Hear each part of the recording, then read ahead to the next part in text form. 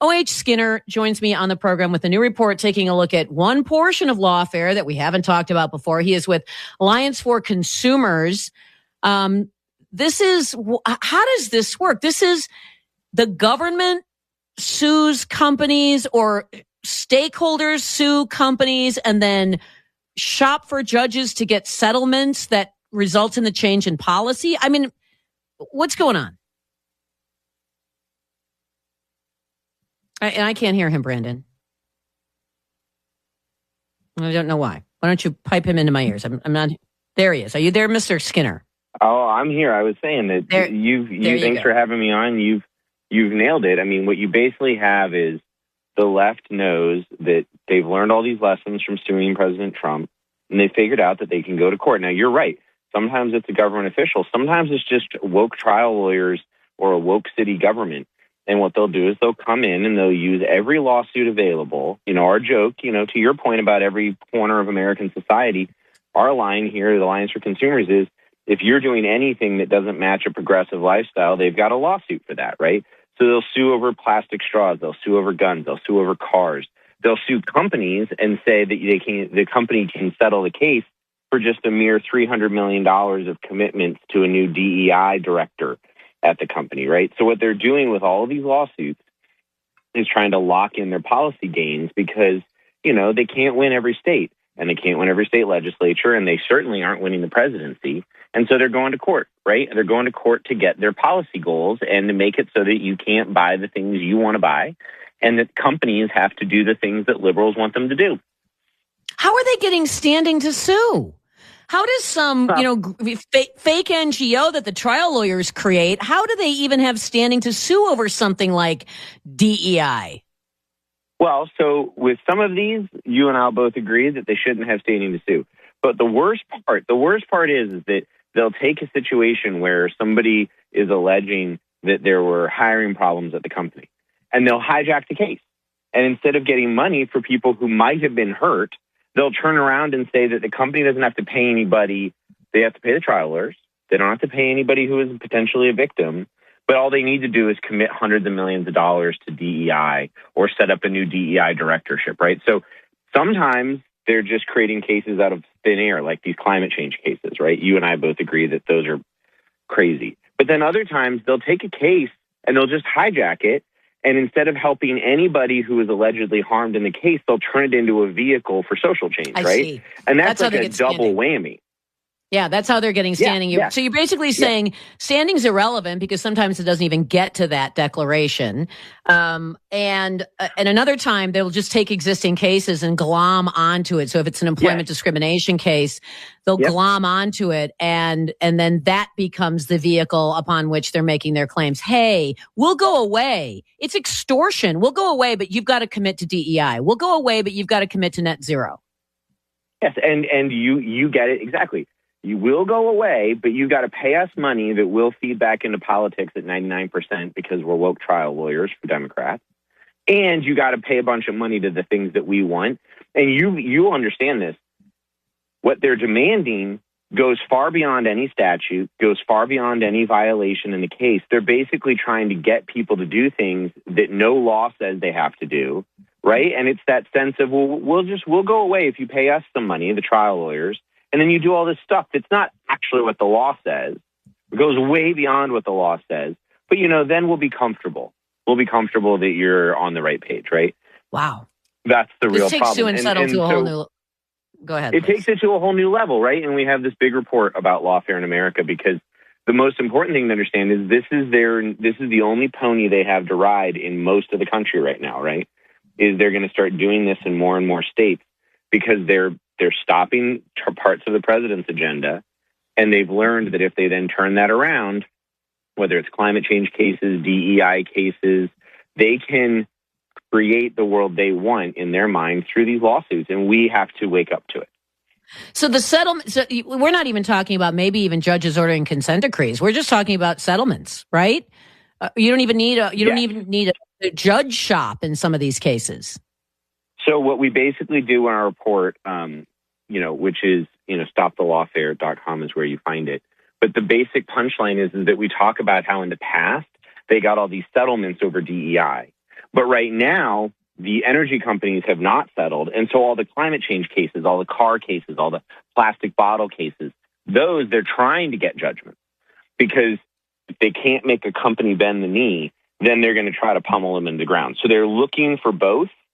And right now they're hunting for these judgments in the climate change cases, because their hope is that they can unlock billions of dollars for left-wing priorities and take away your Super Duty truck, take away whatever else you're trying to buy, and drive up your utility rates, right? Because right now they would love to basically make your utility rates higher so that you have to buy all the lefty stuff in your house, right? The lefty dishwasher makes a lot more sense when they've doubled your electricity rates, right? That's how they get you to live the way they want you to live.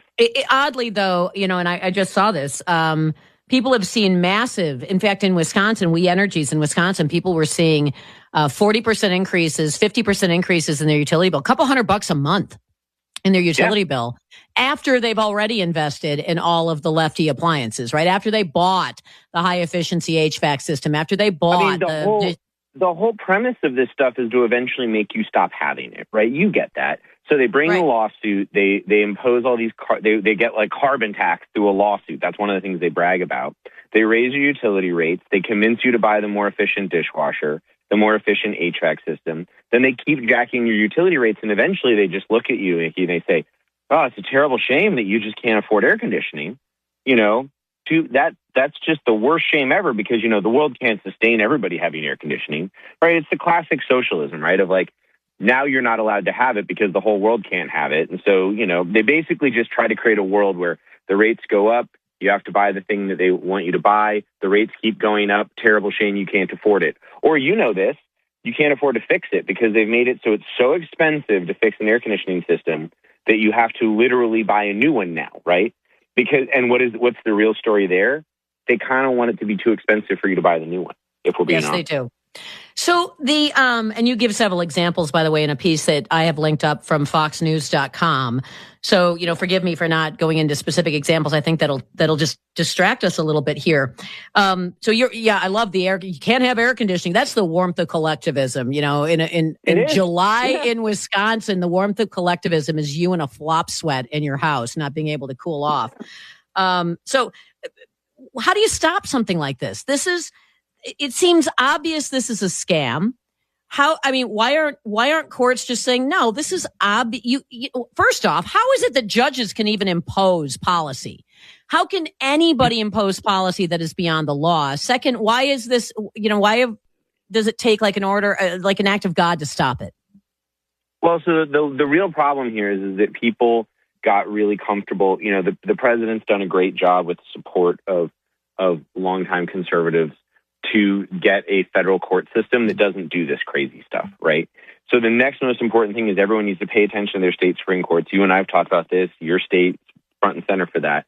You pay attention to your state Supreme Court, and then you're going to start to see more and more conservatives, I think, in legislature start to pass laws that are designed to take away the tools. We talk about public nuisance lawsuits.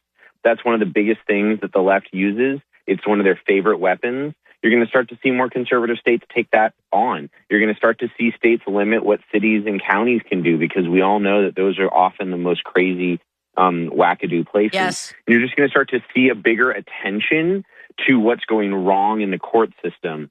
And it's going to take different forms in different states. It'll be state courts. It'll be local governments and their powers. It'll be public nuisance. But it'll become a concerted effort over the next few years, because you can chip away at all of this because they haven't gotten real momentum yet. Right? The story of our report is they got a lot done on DEI. They haven't taken over in the climate space yet. And there's other topics that we're going to talk about in our next reports. But the basic punchline is that it's not too late and we can get ahead of the curve on this, but we have to pay attention to it and be aware that this is what they're intending. They don't want to win at every election. They just need to win in court. Exactly. They can lose elections. But because we're not paying attention to anything outside and getting activist groups like yours to draw attention to this, to, develop some activism against it, that's how the long game is won. The elections shrug the shoulder. Eventually, if they ever do win, and they may win in the midterms, if they ever do win power back, they've already told you they intend to make it harder for us to even elect them out of office. So in the meantime, they're comfortable. They're good. They've got billionaires funding, trial lawyer NGOs that are willing to try to destroy people from within inside the system, destroy our way of life from within inside the system. This is nuts. It's sue and settle on crystal meth. Because I remember the first Trump administration tried to rein in some of the more abusive government sue and settle scams. But this is, this can be government, but it's likely to be city government or a congressperson or something like that. Not a federal agency. That's right. When they don't have the federal agencies, and they won't have them, even no matter what happens in the midterms for years and years now, right? It's the local governments, it's the Congress people, it's the activists, it's the woke trial lawyer NGOs, right, to your point. And so this is the next 3 years for us, right? No matter what happens in the midterms, no matter what happens in anything else, this is the next 3 years. This is where they're going to go. And everyone just needs to know that it's happening, because it'll help everybody be aware of what to praise and what to warn about. Well, yeah, and it will also maybe steel these companies to not settle in the first place. One of the examples you give is suing Google, suing Alphabet, and getting $310 million in commitment to equity programming. That has nothing to do with whatever it was they were claiming was going on, sex discrimination, whatever. It has everything to do with a policy change that we can't touch because it's a private company. Yeah. And so this all gets back to, if you see it as a tool for policy, then it's easier to tell the companies and everybody else, like, don't create policy through your cases, right?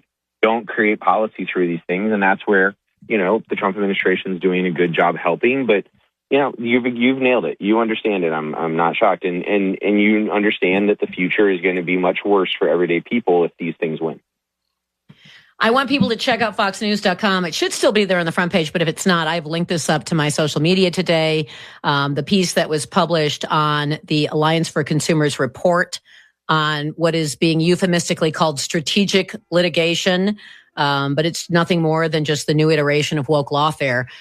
Give me that website one more time, if you don't mind, sir. Right. It's at allianceforconsumers.org, and you can also look up either stopthelawfare.com or endthelawfare.com. We have multiple different sites up, and you'll find the report there and some other great stuff. O.H. Skinner, thank you so much for joining me on the program today. I appreciate it.